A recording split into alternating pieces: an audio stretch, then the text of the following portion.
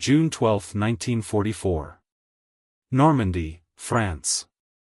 The dawn broke over the hedgerows with a low, golden haze. The fields were wet, the air heavy with the scent of mud and cordite. A Cromwell tank idled in the orchard, its Liberty engine rattling beneath a steel hood that shimmered with heat. Inside, Sergeant Arthur Wells wiped a film of oil from his brow and glanced at his driver. "Ready to move, Thomas?" he asked. "Ready, sir," came the reply, though his voice betrayed doubt. For the men of the 11th Armored Division, this was supposed to be their moment. After years of testing and setbacks, Britain's Cromwell, the pride of British armor, was finally in combat. It was fast, sleek, and, on paper, revolutionary. The War Office had promised it could outmaneuver the Germans, run circles around the Panthers, and deliver British firepower deep into occupied France. But promises rarely survive the battlefield. As the Cromwells roared forward from the hedgerows, their 600 horsepower Rolls-Royce Meteor engines screamed. The tanks surged through mud and wheat fields, cutting a dark path toward the next village. The crews could feel every vibration, every gear shift, every metallic groan beneath them. "Engine temperature rising, sir," Thomas warned, eyes darting to the gauge. Wells cursed quietly. The Cromwell's cooling system, a known flaw back in England, was never designed for the grueling, stop-and-go chaos of Normandy. It ran hot, dangerously hot, and when the needle climbed too high, engines seized. Still, Wells pressed on. Orders were clear: advance to Hill 112. Ahead, German 88s barked from the treeline. The first Cromwell in line, call sign Fox Red, took a direct hit through its front plate, an explosion that threw its turret skyward in a flash of orange and smoke. Wells slammed the hatch shut as shrapnel hissed across his tank's armor. "Stay low. Keep moving." The Cromwells darted and weaved, using their speed to avoid German fire. But that same speed became their curse. Their suspension, designed for smooth English countryside, not cratered French farmland, buckled under constant stress. Springs snapped. Tracks jammed. One by one, tanks rolled to a stop, not because of enemy fire, but because their machines had given out. By dusk, half the squadron was immobilized. The men huddled behind hedgerows, waiting for recovery vehicles that might never come. Wells stared at the smoking line of disabled Cromwells and muttered under his breath. All this speed, and nowhere to go. Back in London, generals spoke of innovation and progress. But out here, in the mud of Normandy, British crews were learning the truth, that the Cromwell's sleek design was not the battlefield advantage they had been promised. For every few miles gained, the cost in broken engines and burnt-out clutches was mounting. And just a few miles away, American Shermans were rolling steadily inland, slower, perhaps, but unstoppable. June 15, 1944. Near St. Lo, Normandy. A low rumble echoed across the countryside, the steady, unhurried growl of American M4 Shermans advancing through the mist. Unlike the Cromwells, these tanks moved with a kind of mechanical confidence. Their engines, Continental R975s, coughed and growled but rarely failed. Their tracks churned through mud and rubble with predictable rhythm, their crews seasoned and calm. Sergeant James "Jimmy" Lawson of the U.S. 3rd Armored Division leaned out of his Sherman's commander hatch, a cigarette clenched between his teeth. He glanced at the British column stalled a mile back. The silhouettes of Cromwell sat motionless, engines silent, crews gathered beside them. Lawson gave a low whistle. "Poor blokes. Looks like another engine fried. Those Cromwells run hot, don't they?" his gunner, Corporal Diaz, said from below. "Too damn hot," Lawson replied. "But they sure look pretty before they break." He smirked and ducked back inside. "All right boys, keep her steady. Let's roll." The Sherman rumbled forward, its treads clanking over the wreckage of a farmhouse. Each mile was a test, of the machine, the crew, and the endless supply chain that kept them running. But that was where America's genius lay: standardization. Every Sherman part, from engines to bolts, could be replaced anywhere. Crews joked that you could build one from spare parts left in a French barn. A British liaison officer, Captain Alan Fraser, later wrote in his journal, "The Americans treat their tanks as tractors, crude, rugged, and dependable. The Cromwell is a racehorse, the Sherman, a mule. Yet it's the mule that wins the war." The Sherman's reliability became its legend. Even when its armor was outmatched by the German Panthers or Tigers, it refused to quit. American doctrine emphasized mobility, coordination, and fire superiority through sheer numbers. If a Sherman broke down, which was rare, another replaced it within hours. By late summer, the Shermans were grinding eastward, through Falaise, Paris, and beyond. Many had already clocked more than 1,000 miles since D-Day. Mechanics in dusty motor pools marveled at their resilience. Some engines had run continuously for weeks, with little more than oil changes and the occasional field repair. Meanwhile, British Cromwell struggled to keep up with their American allies. Maintenance crews worked around the clock, cannibalizing damaged tanks for parts. Each advance required a trail of mechanics, spare engines, and recovery trucks, a logistical burden that slowed entire operations. And yet, the Cromwell's defenders insisted it had heart. Its speed, when it worked, was astonishing. On open ground, it could hit 40 miles per hour, faster than almost anything else in Europe. But speed without endurance was a hollow victory. By the time Allied forces reached the German border, the contrast was undeniable. American Shermans, battered but reliable, had crossed 2,000 miles of battlefield, from Normandy's hedgerows to the snow-covered forests near the Rhine. Crews gave their tanks names like Faithful, Betsy, and Old Reliable. They painted kill marks and mission tallies on their hulls, not just for pride, but as proof of endurance. British Cromwell crews, by contrast, carried a quiet frustration. They admired the Sherman's reliability even as they clung to their own machines with stubborn loyalty. In a letter home, Sergeant Wells wrote, "The Yanks say their tanks run like tractors, and they do.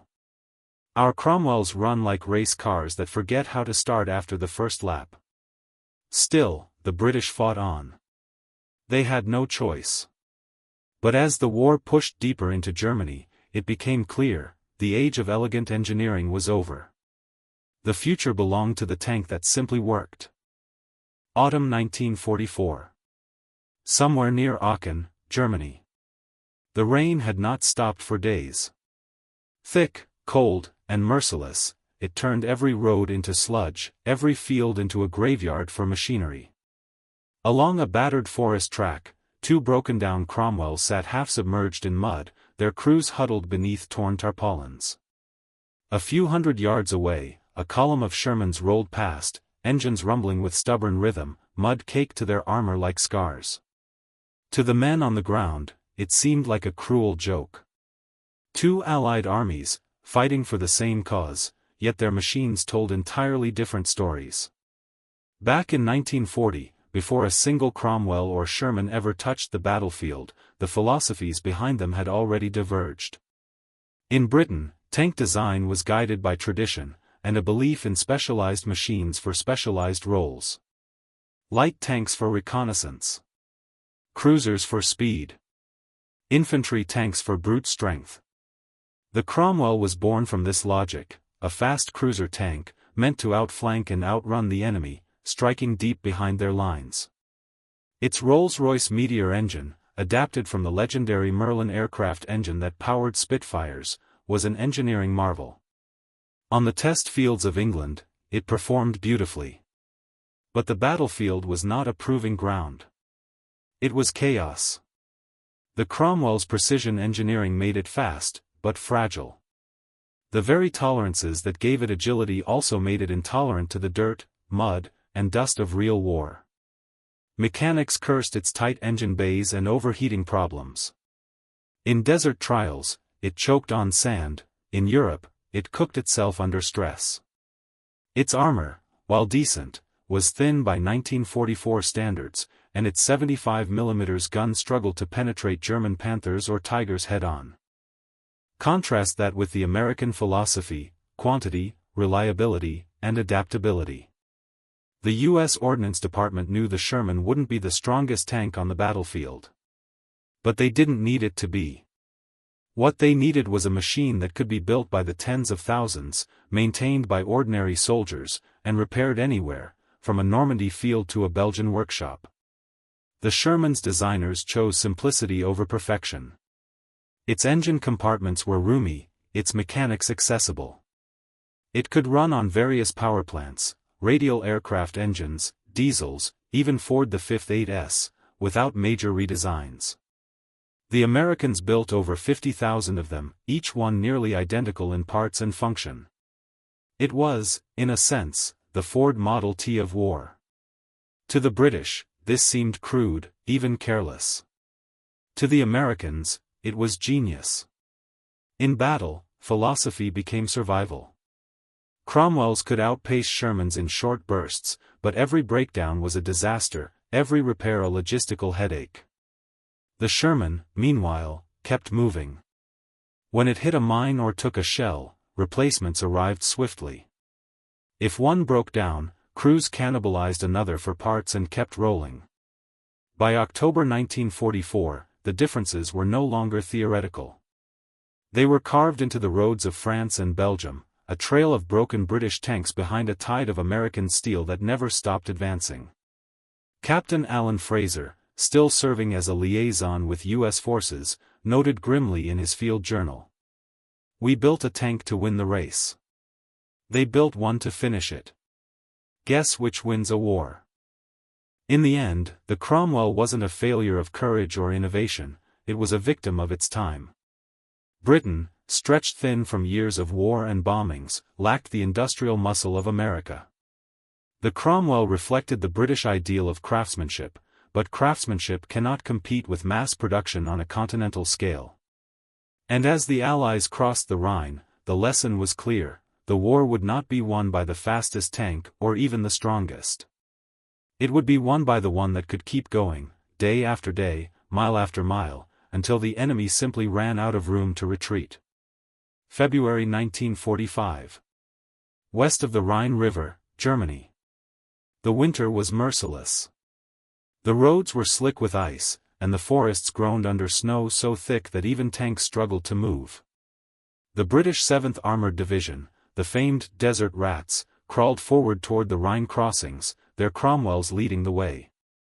Inside one of them, Sergeant Arthur Wells sat hunched over a mug of tea gone cold, listening to the slow, labored breathing of the Meteor engine behind him. The tank trembled as it idled, the temperature gauge climbing again. "Keep an eye on it," he muttered to his driver. "Last thing we need is another bloody seizure." But even as he spoke, a burst of white smoke hissed from the engine bay. Thomas cursed, slamming the hatch open to vent the fumes. Wells climbed out, his boots crunching on the frozen ground. A few yards away, an American column of Shermans rumbled past, their engines roaring steadily despite the cold. "Need a tow again, Sergeant?" a passing American shouted, smirking through the snow. Wells forced a grin. "Only if you've got a spare tank to trade." The American laughed and saluted before his Sherman disappeared into the gray horizon. Wells watched the convoy go, machine after machine, rolling relentlessly eastward. Their hulls were scarred, their paint chipped away by months of combat, but they moved like an iron tide. It was hard not to feel a pang of envy. By early 1945, the difference in operational endurance was undeniable. Many American Shermans had driven nearly 2,000 miles since D-Day. Their engines still ran, their transmissions intact. Maintenance was constant but predictable: oil changes, filter swaps, the occasional track repair. Nothing catastrophic. Cromwell's, on the other hand, required care like racehorses. Mechanics joked that each one came with its own personal workshop. Spare engines were stockpiled in every British depot. Recovery vehicles became as essential as the tanks themselves. The Cromwell's Rolls-Royce Meteor was powerful, yes, but it demanded precision fuel, constant cleaning, and cooling conditions rarely found in war. The Shermans could drink almost anything, low-grade gasoline, even questionable fuel blends, and keep running. The psychological effect was profound. In the U.S. Army, crews trusted their machines. They knew a Sherman could get them home. In the British Army, tankers fought with a lingering doubt, a fear that their own engines might betray them before the enemy ever could. Lieutenant Colonel George Wainwright of the Royal Armoured Corps later reflected. "Our men were brave, our tactics sound, but our tanks were temperamental. The Sherman was a soldier's tank. The Cromwell was a mechanic's." As the push toward the Rhine intensified, Allied logistics shifted to match reality. American units spearheaded long-distance advances, while British formation supported with artillery and infantry coordination. It was not lack of courage that kept the Cromwells behind, it was mechanical inevitability. When the first Shermans rolled across the Remagen Bridge in March 1945, engineers and crews cheered. They had driven over 2,000 miles since the beaches of Normandy, through mud, frost, and fire, without a single division grinding to a halt for mechanical reasons. For Wells and his crew, stuck again in the snow with a seized crankshaft, that milestone felt both inspiring and humiliating. As they waited for recovery, the sergeant looked out toward the fading horizon, the echoes of American engines fading into the distance. "Doesn't matter who gets there first," he said quietly. "As long as we all get there in one piece."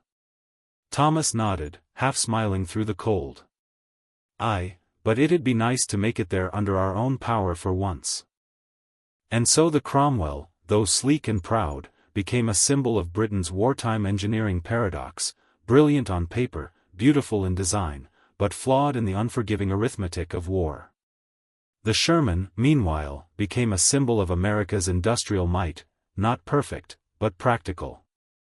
The war was now turning toward its final act. Germany was crumbling. And soon, both machines, the Cromwell and the Sherman, would face their last great trial on European soil. April 1945.